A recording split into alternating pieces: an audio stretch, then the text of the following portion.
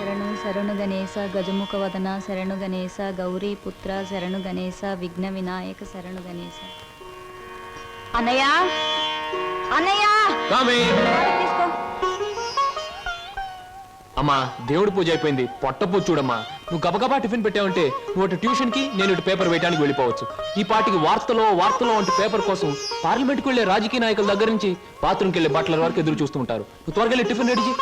వెళ్తున్నాను.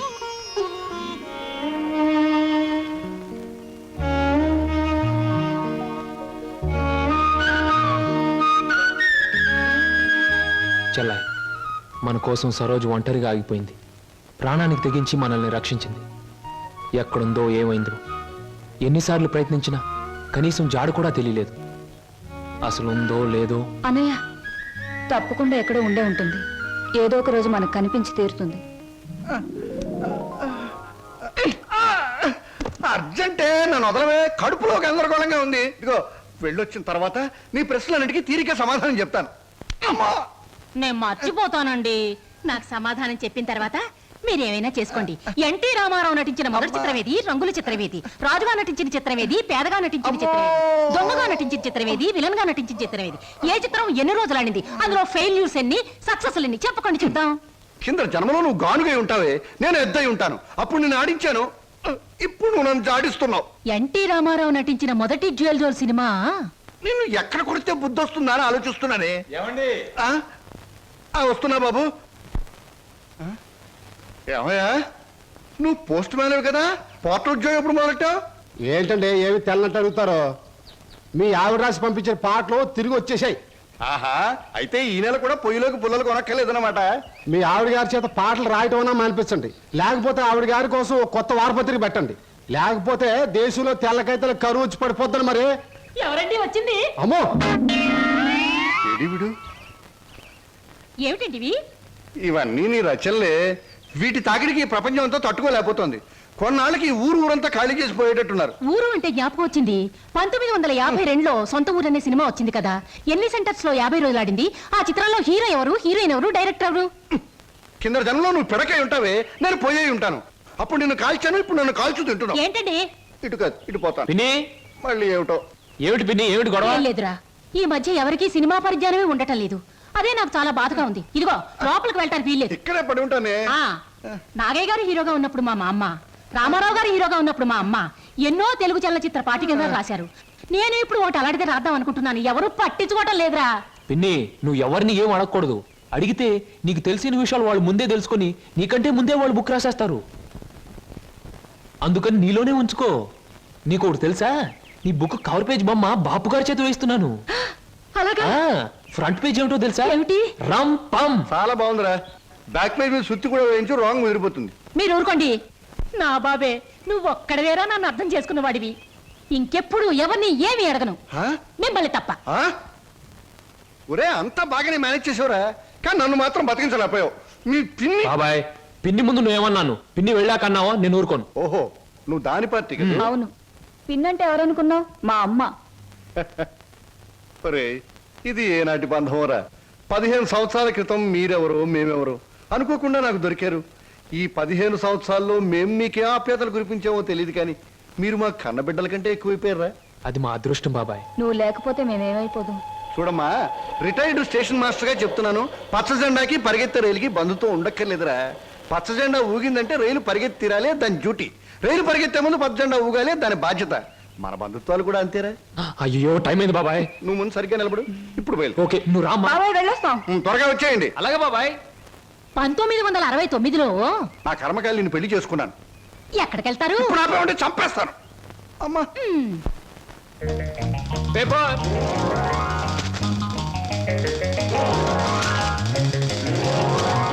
పంతులు గారు, పేపరు. అమ్మయ్యా.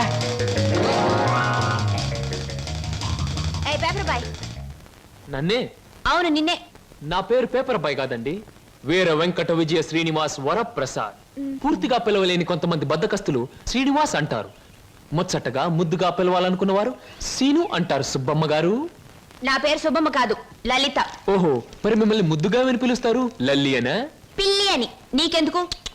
పేరు లలితంగా ఉంది, పర్సనాలిటీ లలిత లావణ్యంగా ఉంది. ఏమిటి వెటకారంగా ఉందా? అసలు పేపర్ని అలా రాయిస్తున్నట్టు విసడం ఏమిటి? చేతికి వచ్చుగా. ఇవ్వచ్చు అనుకోండి, ప్రతి వాళ్ళ చేతికి ఇస్తూ పోతే కొంతమందికి ఇవాళ ఉదయం పేపర్ రేపు సాయంత్రానికి, రేపు సాయంత్రం పేపర్ ఎల్లుండి దానికి అందుతుంది. అందుకని కొన్ని విసరాలి, కొన్ని ఎగరేయాలి, కొన్ని చేతికి ఇవ్వాలి. నేను ఎంత గట్టిగా విసిరినా పడే వాళ్ళ చేతిలో అది పువ్వులా పడటం మన టాలెంట్. చాలండి, మీరు వెళ్ళొచ్చు. చూడండి, ఆ పేపర్లో పేజ్ నంబర్ 4 కాలం నంబర్ 3లో ఆడవాళ్ళకు పనికొచ్చే ఉద్యోగాల ప్రకటన ఉంది. నేను ఉద్యోగం కోసం ప్రయత్నిస్తున్నట్టు ఇతనికి ఎలా తెలుసు? ఏమే మరదలా, ఆ పేపరు నీకు ముందే తెలుసా? ఏ ఏంటే రోడ్డు మీద పరాగడితో పరాసుకెళ్ళటే చెప్పా. పరాయివాడు కాదు, అతను నా బాయ్ ఫ్రెండ్. ఏటే బాయ్ ఫ్రెండా? చెట్టంత బావగారిని, నీ ఎక్కకు మొగుణ్ణి, నేనుండగా ఆడేవాడే బాయ్ ఫ్రెండ్. బాయ్ ఫ్రెండ్ అయినా, మ్యాన్ ఫ్రెండ్ అయినా, ఫ్రెండ్ ఫ్రెండ్ అయినా అని నేనే. ఇదిగో, రోజు రోజుకి నువ్వు హద్దు మీరుతున్నావు, జాగ్రత్త. ఆహా, నన్ను జాగ్రత్త అన్నది గొప్పదాని అయిపోయావా? చూడవే, నీ చెల్లెలు నన్నే పట్టుపట్లాడించేస్తుంది. Shut up. మంచి గొడ్డుకో దెబ్బ, మంచి మనిషికో మాట అన్నారు. మాటతో మారటానికి నువ్వు మనిషివి కాదు, 4 బాదడానికి గొడ్డువి కాదు. ఛీ! విన్నావటి నీ చెల్లెలు ఏముంటుందో? నీ మనిషిని కాదట, పశువుని కాదట. మీ ఇద్దరిని- ఏయ్! అక్కడ ఎందుకు అలా కొడుతున్నావు? ముద్దుల మరదలు కొడితే నలిగిపోద్దని. మళ్ళేనో నేను మనిషిని కాదు, పశువుని కాదా? ఇదిగో, నేను బ్రతిమాలుతున్నాను, అక్కడ ఏం చేయకు. చిచి, నువ్వు ఇతన్ని బ్రతిమలాడటం కంటే నేను తన్నులు తినటమేనయ్యో. ఈ దుర్మార్గుడికి ఇది అలవాటేగా. ఊరుకో అక్క. ఓసస్, మీ అక్కా చెల్లెల పరామర్శ చాలుగానే మీ ఇద్దరితో వాదించి నా వాళ్ళు చీదర కొట్టింది. స్నానానికి నీళ్ళు పెట్టండి. ఊరుకో అక్క. ఇది రోజు ఉండే బాగోతమే కదమ్మా. ఎలాగో ఇన్నాళ్ళు హాస్టల్లో ఉండి చదువుకున్నావు. ఉద్యోగం దొరికే వరకు కూడా ఆ హాస్టల్లోనే ఉన్నా బాగుండేది. సరే, తొందరగా బయలుదేరు. నీకు ఇంటర్వ్యూకి టైం అవుతుంది.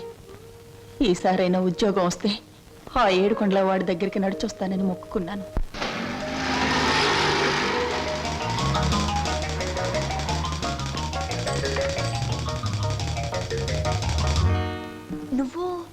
ఆ, నువ్వు పేపర్ బాయ్ కదూ, మరి ఆటో? ఏమిటండి అలా ఆశ్చర్యపోతారు? చూడండి, జీవితం గడియారం లాంటిది. 1 నుంచి 12 వరకు నడిచే ముళ్ళు ఒక్కో చోట ఒక టైం నుంచి పెడతాయి. అలాగే నేను గడియారంలో ముళ్ళు లాంటి వాడిని. జీవితంతో పోటీ పడి తిరుగుతూనే ఉంటాను, గెలుస్తూనే ఉంటాను. పదండి పదండి. నువ్వెక్కడికి? ఎక్స్క్యూజ్ మీ, నేను ఇంటర్వ్యూకేనండి. నువ్వు ఇంటర్వ్యూకా? నేను బిఏ పాస్ అయినండి. ఆశ్చర్యపోకండి, ఇంటర్వ్యూ అయ్యాక తీరిగ్గా కూర్చొని ఏ కూల్ డ్రింక్ తాగుతూ ఆశ్చర్యపోతారు కానీ. Okay, yes, sit down. మీ అందరికీ ఒకే ఒక ప్రశ్న వేస్తాను, దానికి మీరు సమాధానం చెప్పాలి. నాకు నచ్చిన సమాధానం చెప్పిన వాళ్ళకి అపాయింట్మెంట్ ఆర్డర్ వస్తుంది. ఓకే? Okay okay sir. ఏమనుకుంటావమ్మా? ఏమున్నాయి? తట్టలుగా బేల్పూరి, థాయ్పూరి, సేవ్పూరి, పాన్పూరి ఉండాది. గిన్నెలుగా ఇడ్లీ దోశ ఉండాది. ఆంకలుగా పెసరట్టు ఉండాది. డ్రమ్ములుగా కాంపి టీ ఉండాది. బకెట్లుగా సాంబార్ ఉండాది. చేతులు వేస్తామా కాలు కొంటది, నోట్లో వేస్తామా చల్లగా ఉంటది, కడుపులో వేస్తామా అడుక్కుంటది. ఏమడుకుంటా అడుకోమా, లోపల ప్లేట్ కడుకోవాలా? రే నోరు మీద. వీడు మద్రాస్కి ఆంధ్రాకి మధ్య బార్డర్లో పుట్టాడండి. అందుకే వీడి భాష అటు ఇటు కాకుండా అయిపోయింది. ఈ టైంలో వీరికి కావాల్సింది కూల్ డ్రింక్. నా డ్యూటీ అయిపోయింది, నాకు కూడా కూల్ డ్రింక్ పట్టుకురా పో. కస్టమర్స్ కి ఎప్పుడు ఏం కావాలో ఎలా కావాలో తెలుసుకుని అడగకుండానే సర్వ్ చేయడం కూడా మన ఎక్స్ట్రా టాలెంట్. వేడెక్కి నేను నిరుద్యోగులు కావాల్సింది కూల్ డ్రింక్. తీసుకోండి. మీరు గడియారం? ఏమిటండి నువ్వులో నుంచి మీరులోకి జంప్ చేశారు? నా గడియారంలో ఈ ముళ్ళు ఇక్కడ సర్వర్ గా పార్ట్ టైం జాబ్. చెప్పండి. ఏం చెప్పమంటారు? పోనీ నన్ను చెప్పమంటారా? చెప్పండి. మీకు అక్కగారు ఉన్నారు, చాలా మంచివారు. మీకు బావగారు ఉన్నారు, చాలా మంచివారు కారు. మీరు చదువు పూర్తి చేసుకుని ఉద్యోగం కోసం కాళ్ళు అడిగేలా తిరుగుతున్నారు. am I right? ఎవరో చెప్పకుండా మీకు ఇన్ని వివరాలు ఎలా తెలుస్తాయండి? తెలుసుకోవాలనుకున్న విషయం తెలుసుకోవాలనుకున్న టైంకి కరెక్ట్ గా తెలుసుకోవడం మన టాలెంట్. మీకు ఉద్యోగం కావాలి అంతేగా? అదేదో కూల్ డ్రింక్ ఇచ్చినంత సులువుగా చెప్తారేమిటి? అవునండి, నేను అబద్ధం చెప్పడం లేదు, నిజమే చెప్తున్నాను. Is it? ఎస్, మీరు నిజంగానే ఉద్యోగం చేయాలనుకుంటే ఇదిగో నా విజిటింగ్ కార్డ్. ఇదేమిటి? ఇది విజిటింగ్ కార్డా? విజిటింగ్ కార్డ్ ఎలా ఉన్నది అన్నది కాదు ప్రశ్న, అసలు అక్కడ ఉద్యోగం ఉన్నదా లేదా అన్నది ఆన్సర్. మీరు కరెక్ట్ గా 6 గంటలు అక్కడ రండి. If you want cool drink తీసుకోండి, బిల్ నేను పే చేస్తాను.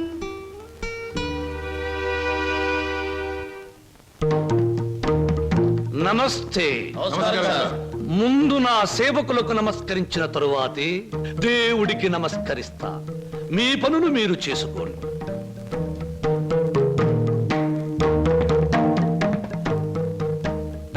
పరమేశ్వరా, నా ఈ 5 నక్షత్రాల హోటల్లో తింటున్నారు, తాగుతున్నారు, తిరుగుతూ ఉన్నారు, ఈతలు కొడుతున్నారు, గెంతుతూ ఉన్నారు. ఇది నా తప్పు కాదు. మనిషి కర్మకి, మానవ నాగరికతకి, నా వ్యాపారానికి సంబంధించింది. మనిషి పెరుగుతున్నాడు, మాట పెరుగుతుంది, కోరికలు పెరుగుతున్నాయి, సోకులు పెరుగుతున్నాయి. పెళ్లి కాకుండానే అమ్మాయిలకు డోకులు పెరుగుతున్నాయి. పెరిగే దాంతో పెరగటం, అందని వాటిని అందుకోవటం నాకు రిస్కీతో పెట్టిన విద్య. పరమేశ్వర, ఇదంతా నీ ఒక్కడితో ఎందుకు చెబుతున్నారో తెలుసా? నీకు మాటలు రావు కనుక. శంభో శంకర.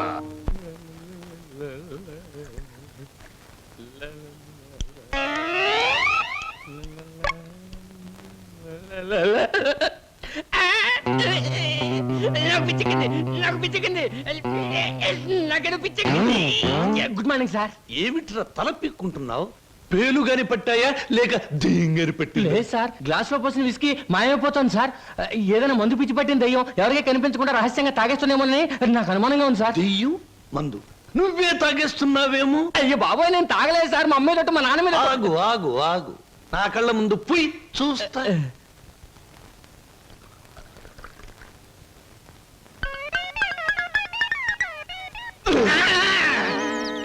ఆ, నాకు తెలుసురా నువ్వని. ఒరేయ్, నీకు నెల నెలా జీతం ఇస్తున్నాను. సుందరాంగుల్ని తీసుకొచ్చినందుకు సుంకం ఇస్తున్నాను. అబద్ధాలు ఆడినందుకు కమిషన్ ఇస్తున్నాను. ఇంత చేసినా నువ్వు బారు మీద పడి పీపాలు తాగడం న్యాయమట్రా? నేను దాటలేదండి. ఆ బ్రాంతియే నన్ను రారా నాన్న నన్ను తాగు అంటుంది, తాగుతున్నాను. ఒరే నిశాచరా, ఏం సమాచారా? పురుగుల మందు పిలుస్తోంది, ఎండ్రిని పిలుస్తోంది, ఎలకల మందు పిలుస్తోంది, గేదె కుడితే పిలుస్తోంది. తాగతావా? ఇక నేను భరించలేను. అన్నమ్మా, నువ్వు మేచినా ఎంత బాధపడి ఉండేవాడిని కాదు. మీ సొమ్ము తిని బతుకుతున్నానా? మీ బ్రాంతి దాగి బతుకుతున్నానా? నా మేనగోరుడు మేనల్లుడు పేరు చెబితే ఆ సీతరం బాబు నేను అడిగినంత డబ్బిస్తాడు. వెళ్ళిపోతా. ఊరికేరా, నువ్వు విడిపోతే నాకు ఉపశాంతి ఎలా ఉంటుంది? కాకపోతే నాకు ఉపశాంతి లేదే. శంభో శంకర. ఒరే నిశాచరా, ఏమి సమాచారం? నీ ఇష్టం వచ్చినంత తాగుతూ ఉండరా. మహా